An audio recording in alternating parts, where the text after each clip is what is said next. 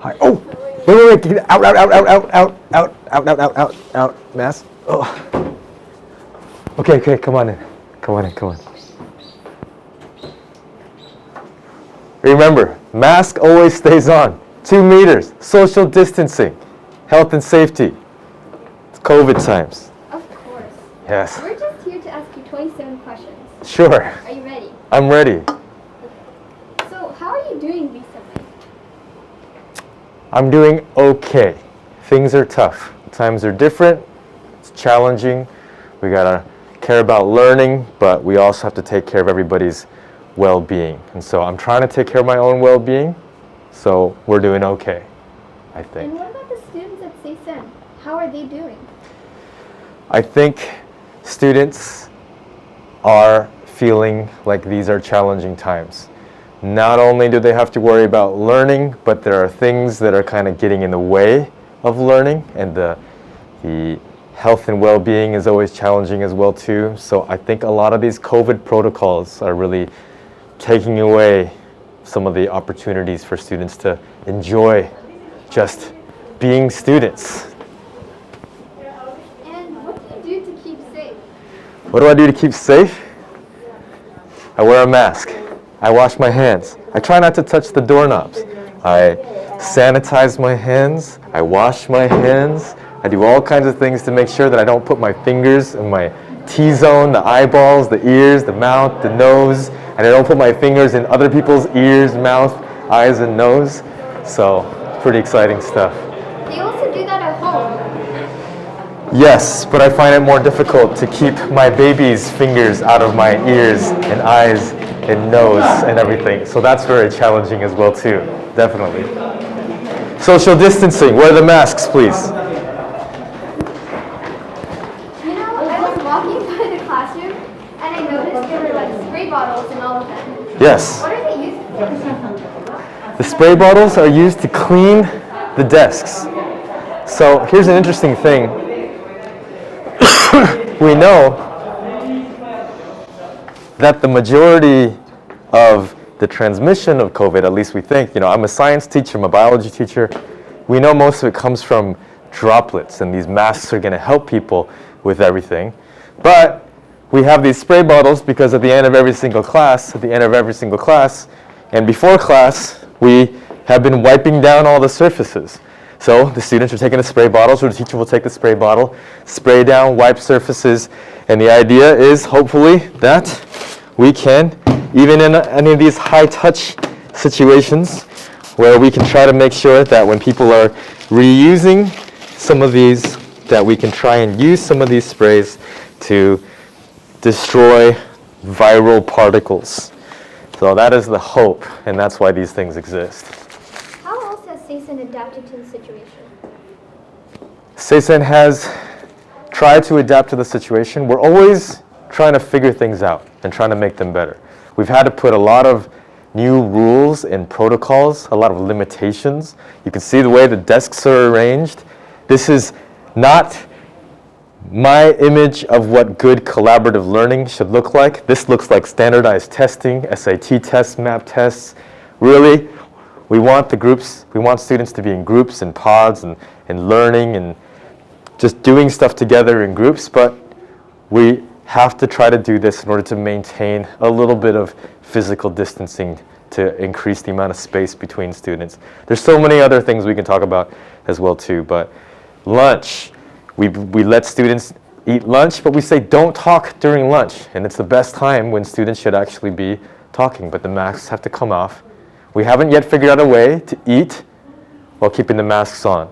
I can try, but it doesn't work unless I end up eating my mask. So that's a little bit challenging as well too. Yeah. Do you think the whole team at Seisen is doing a good job with following these measures? I think when you say team, I think of the entire community. I think there are challenges for everybody. Like I said, this is a new situation. A lot of this stuff is not natural. For students to hang out with each other, support each other, it's a natural thing that when your friend is having a tough time that you put your arm over them or you give them a hug. And we're telling students you can't even touch each other at this point. So do we need lots of reminders? Yeah. Do we need to revisit the protocols and make adjustments? Yeah. Is it natural for people to stand 2 meters away while they're having a conversation? Like, no. But I think overall, students are doing a pretty good job. We've gotten to a point now, I think that the most vulnerable time is during lunchtime. And I think that's been challenging for a lot of our students, especially some of our students in high school. But I think we're doing better. We're challenging our students to do things that are not natural to them. So yeah, I think that's where we are right now. And do you think how are the teachers handling this? I think teachers are human beings just like our students, and our teachers they're dedicated to helping students learn and learn how to learn. But I think one of the most challenging things there is now, in addition to just talking about learning and actually enjoying learning, we have to also make sure that students' well-being and safety is taken care of as well too. So it's a little bit more complicated than just simply going through and just focusing on learning only.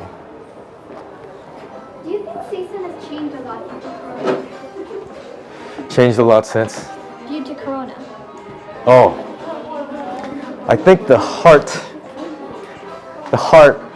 of Seisen is still here. I can see these students are demonstrating their heart and their love with everything. But I think Seisen is adapting, but I'm hoping we can return back to normal circumstances in the future as well too. Hello. Hold on, I know the answer. Just kidding, I don't. Let's go. How have you seen this impact students and teachers? I think I shared a little bit already, but I think one advantage, although everything's been fairly challenging, there have been some advantages. We've learned a couple things. We've improved our technology skills. We've learned how to maximize learning when there's challenges in different locations. We've had to do parent-teacher conferences virtually. We have to be ready for learning under different circumstances. And last year, when we went online, actually, I think there were a lot of lessons learned. So I think we'll get to that a little bit later as well too. Yeah. On a lighter note, how do you spend your free time recently? How do I spend my free time? To be honest, I don't get a lot of free time anymore. Yeah, that's it. No, what do I like to do? I like photography, even though I don't really take that many pictures. I think I like the camera gear, like this cool gear that's following me. So I spend time shopping online, is what I try to do. Is that one of your new hobbies, or you've had the hobby before as well? I've had a lot of hobbies. I can list a few. I've played guitar, played drums. I even tried making leather goods for a while. So hand sewing and leather goods, photography, electronic music production. You could tell very little physical activity, but that's important to remember because during these COVID times and well-being and physical well-being and social-emotional health and well-being, making sure that we get out and we actually are physically active and moving is really, really important to be able to do as well too. You know, all of this is reminding me of quarantine. Yeah. All of us spend a lot of time isolated in our homes. Ooh. Describe what was your typical day during quarantine. Wake up, shower, eat a little bit, think about how many hours I'm going to spend on the computer, and that was pretty stressful. Thinking about how many hours a day students are going to spend staring at their computer screen, trying to be creative with the numbers of different ways that you can make a classroom and learning environment interactive online when it's very new for everybody. Ending the day and then thinking how can we make changes and adjustments to make sure that students are still engaged and focused, and how can we take care of all of our teachers as well and all their energy too. Yeah. What frustrated you I think what frustrated me the most was just the whole situation that we had been put into. I wasn't frustrated by the reactions of any of the students, the reactions of the teachers, but I think not having all the answers available. Plenty of resources existed. A lot of schools had already gone through this whole process and had closed down before we did. But I think just not knowing what the right perfect answer right at the beginning for Seisen International School was a little bit frustrating. But all the support and all the people that we worked with really helped us to be able to make the best of every single possible situation. So I know quarantine made us do some deep self-evaluation. What changed in your life? What changed in my life? I became a lot better at making quick instructional videos to explain new processes. I've always been into technology. I think I used a lot of technology with my teaching and learning. When we went online, I had all the tech tools I had available, but in the end, I've realized, and I think as most teachers have, it's not just about using technology, it's about using technology only if it really suits a particular purpose that will actually enhance student learning and help students get better at that, better with their learning. And it's caused me to become very specific and picky about which technology tools I want to use. Some of them we have to for remote conversations and everything, and remote learning. But yeah, lots of different examples of that as well too. Did you have any revelations? A lot of revelations that if you want to get some good practice in your first year as a high school principal, try being a first-year high school principal with a pandemic going on. That was good practice. I heard that online schooling has become the new trend. Did Seisen join in? I think every school is trying to adapt to the best situation.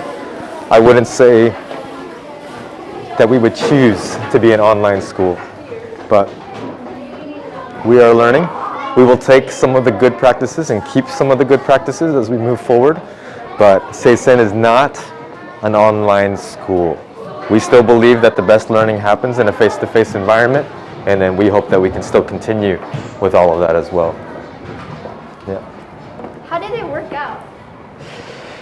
I think it was a challenge. We made some adjustments. We started off thinking with a plan, asynchronous versus synchronous. We wanted to still give the students some patterns and some opportunities, but in the end we figured out that we needed to shorten the amount of time that students were staring at their computers. But we did learn one thing which was quite important, which was not all screen time is equal screen time. So if you're on a screen, but you're interacting and there's other people at the other end, that's a very different type of screen time than watching a video where you're just kind of one-way kind of interaction as well too.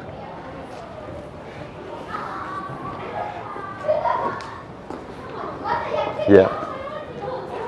How did teachers find it? I think teachers found it I think teachers found it kind of fun at the beginning. As a novel experience to be able to teach online. Everyone kind of thought, oh, this is kind of a new experience, we giggle. But I think everybody, including teachers, maybe grew very tired of the approach fairly quickly. And yes, some students probably thrived in that learning environment, but I think the majority of students found that to be very challenging. And I think many teachers, same thing as well too, found that to be very challenging, even if they had technological background to be able to adapt to that situation. How do you feel about online schooling? I think I've addressed it a little bit as well too, but I found it interesting in the beginning. I found that it forced me to try to be creative with a lot of my approaches, but ultimately in the end, I was very happy when we could finally return back to in-person learning, but it still hasn't returned to a normal situation.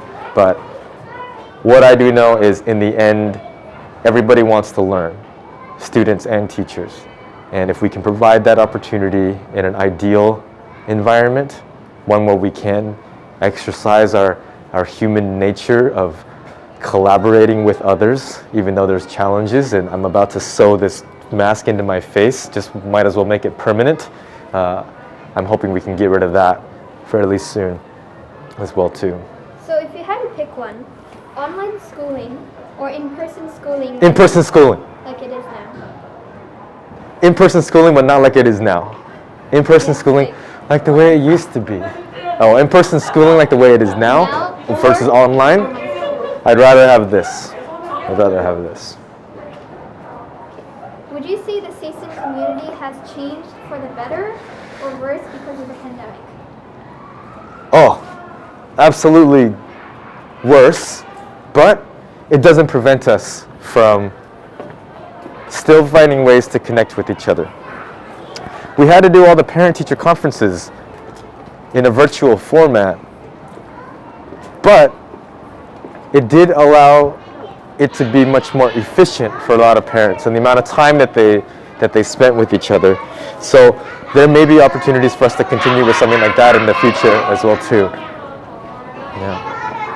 Finally, any last words for the future, for the students in the future watching this video?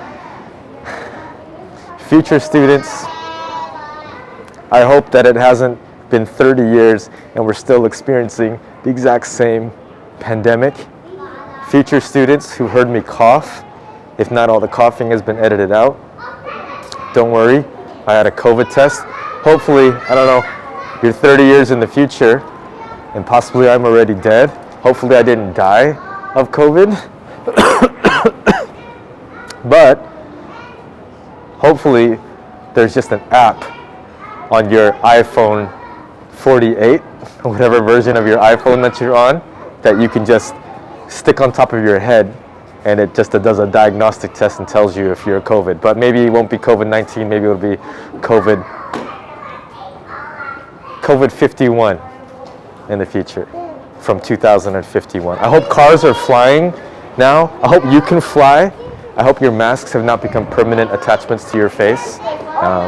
And hope you enjoyed a little bit of walk down memory lane from what year is it? 2020. December 2020. It's cold outside. It's cold outside. Maybe global warming is fixed. It's probably not. It's probably a lot worse for you now. But anyways, hope you enjoyed that. Thank you so much for having us by, Mr. Lee. Thank you very much. I'm gonna go home and play with my baby now. So see you all later. Bye bye. Thank you.